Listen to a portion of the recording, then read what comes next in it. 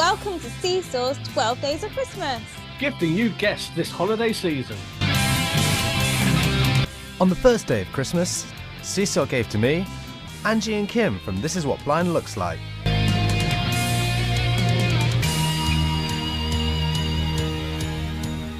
Welcome to Seesaw's 12 Days of Christmas. Giving you fantastic guests all through the festive season.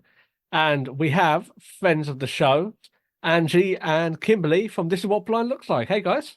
Hey! It's been quite a while, so we've probably got a lot to catch up on. Yes, we do. So what's been going on with the podcast? Well, I've been busy. I haven't announced it yet, but we are going to take a bit of a hiatus because Kim know that? yours truly started an internship. Yeah, I know. So, it's gonna, I need to figure out how to balance the two first. I don't know if it's gonna be a permanent hire. If it is, I'm gonna have to find somebody to help me edit. So there's that. But let's see. I've put out 2 episodes of my guide dog series. I have to put episodes 3 and 4 up. So, I'll probably do something where I talk about the hiatus and then just probably give them like the 3rd guide dog series episode and then drop the 4th in the new year just so that could be done with. But life has been good, been busy, been preparing for the holidays. As I mentioned before we started recording, my family and I were going to do without a tree this year because we're getting a baby grand piano. It's new to us, but it's not like new, but it's in good condition. And I'm really, really excited. I've always wanted one, and it's a Baldwin, so I'm even more excited about that because I've always wanted a Baldwin. I'm getting a little baby grand. It's not black. It's like a dark brown, but it'll go with all the furniture, so that'll be really nice. And then we're going to be spending Christmas in Chicago with my family, so that'll be nice and fun. And I also want to go see the Christmas lights. So I don't know if they have in the UK or Europe, but a lot of places here, they'll do like Christmas lights where like they'll show, they'll have like a lights festival and like they'll show like the fun creative things that they could do with Christmas lights. And it's really fun. And one of them, you like just pay like a donation or whatever. And it's just like a drive-through thing where you like drive along with your car and you see all the lights. And there's like one at the zoo where you have to pay a fee to enter, but you walk around and you see the lights. So I think we're gonna do the zoo one this year. And the nice thing is I'm done with all my Christmas shopping. All I have to do is just wrap my gifts. So I'm really, really excited this year. But yeah, no, December's been very busy. Just there's always something going on. Last weekend I went to Minneapolis and I saw Aladdin with a group of friends and it was great. But it's just busy around here. And what about you, Kim? How's things? Things are good. Same old, same old. Let's see. Christmas. We're not really quite sure what day we're celebrating it or when we're getting together with my dad because my sister works at a hotel. And so obviously holidays are crazy, but we're doing the same things that we usually do, like get together at my dad's, have the extended family at my mom's. On Christmas Eve, that's usually Christmas Eve. And then Christmas Day, it's just me and my mom and Terry opening up our gifts and then going to my sister's, traveling to her place. She puts out a spread and we play games. Our family's big on games. Like for Thanksgiving, we played Giant Jenga and my niece is in 6th grade and we managed to get the tower taller than her. Love it. I don't think that's ever happened before, but I just had a really, really fun Christmas get together with some friends here locally where we played Giant Jenga, but we didn't get it very high, but it was funny because every time it was my turn, I found one like immediately and it was really loose. They're like, how'd you find that? I'm like, you guys are setting me up somehow. I don't know. But that's awesome. Gifts and our Giant Jenga has rules where on the bricks there's like a number on some of them and you make it so that the number is hidden.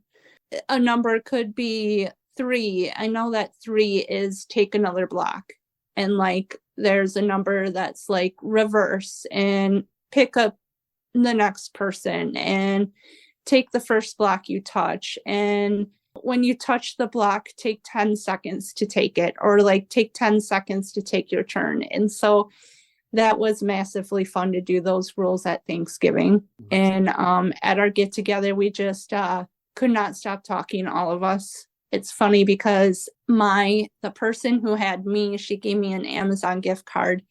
And it's so funny because she, when I'm at my mom's and I order things, usually they set them like outside my door. And so I ask her to go get them for me and keep them safe in her apartment.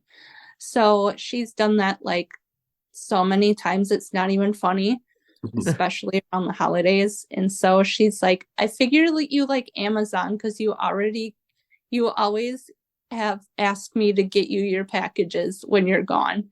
and then I was like, it'd be funny if I got something from Amazon and then I made you get it for me, the package, and keep it by your place from your gift card. She's like, it'd be even funny if you were home and you did it. Yeah. And I'm Oh, getting that's fun.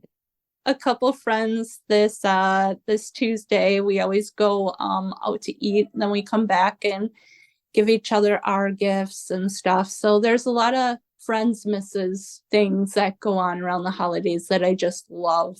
Will you be drinking any slush this Christmas? Probably. Did you make it last year? I didn't, but it reminded me of it when we were coming on to chat, and I need to give it a go this year. Yeah. Yeah, you'll have to let me know what you think. It can be vodka or brandy slush. So you take your pick. It's a choice. Yeah, or you could do both and see what you like. Wow. Oh, I would do You could brandy. double fist it. That means something very different in English. Oh, yes, it definitely Oh, really? does. Something Oh, quite okay. gross. Yes, So- it's a very filthy thing in England. You don't say that when you're out and about. We call it double parked over here. Double parked. Okay. Yeah. Double Yeah. parked. Okay. Parked. Sweet. Parked. Got to So- get that posh British accent. Yeah. I've got a Christmas question. Well, it's sort of like Christmas, and it came from something that recently we were chatting about in the house, and then my wife had to get some. So in the UK, we always we always have cheese at Christmas, like a cheese board, and we have like festive cheeses. There's one that's very common. It's Wensleydale cheese, but has cranberries in it. So considering you guys are from the cheese state, are there any festive cheeses this time of year?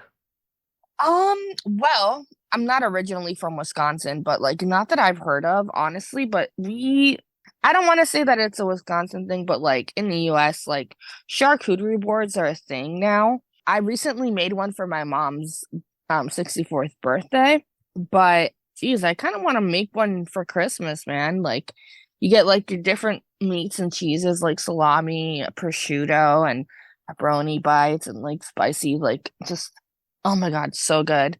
Spicy salami and like peppered salami and like different cheeses like Colby and cheddar, pepper jack, Havarti, Gruyere, cornichons, whatever the hell you want, nuts, fruit.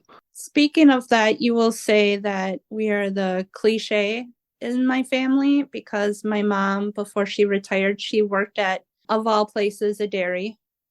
And they made European cheese, actually. They made Gouda and Havarti and Munster. And so around the holidays, they would give them a bunch of cheeses. And so we were always like the cheese crackers, sausage, typical for us. It's very Wisconsin. Very thing. Wisconsin.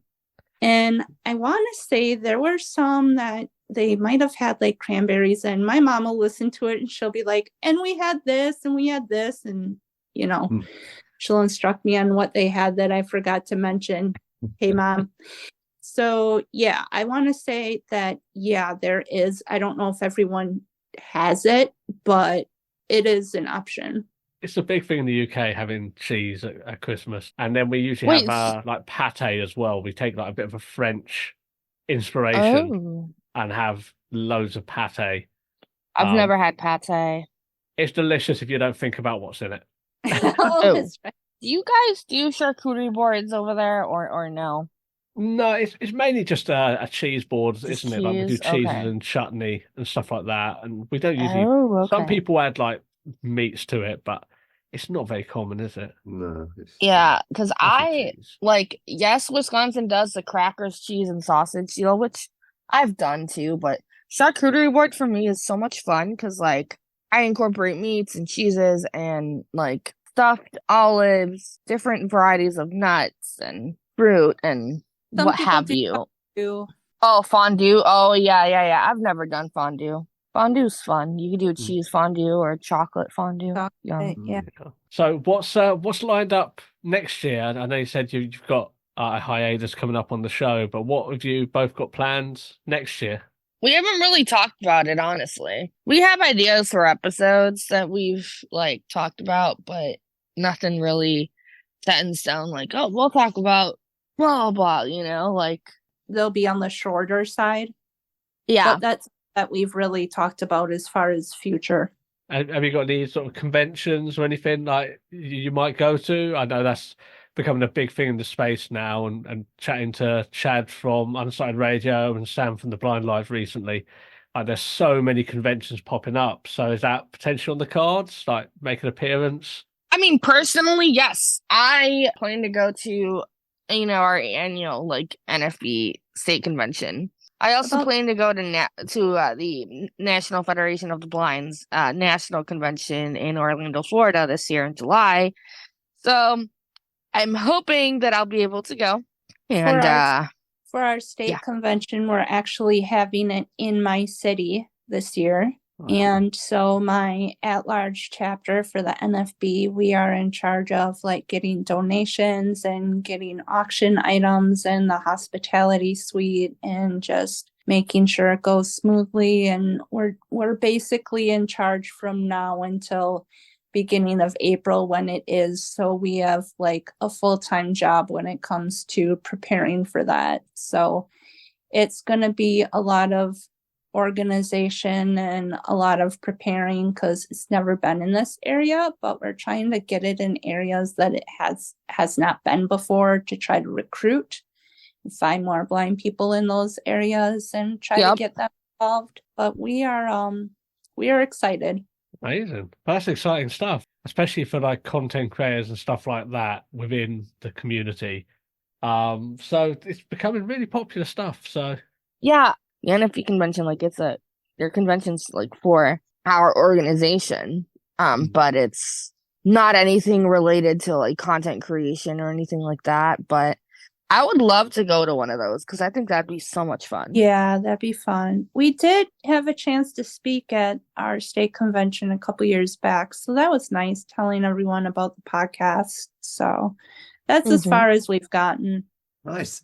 For the podcast then, let's leave it there. And it's great being catching up with you both. And I just want to wish everyone a Merry Christmas and a Happy Holidays. Yeah. Christmas. Yeah. Merry Christmas. Speak to you soon. Happy New Year. Bye. Bye.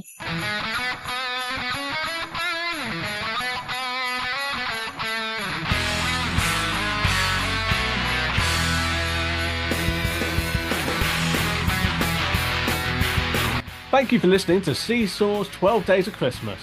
We hope you've enjoyed catching up with our guests as much as we have, and we look forward to bringing you many more in 2024. Merry Christmas and a Happy New Year from all of us at Seesaw.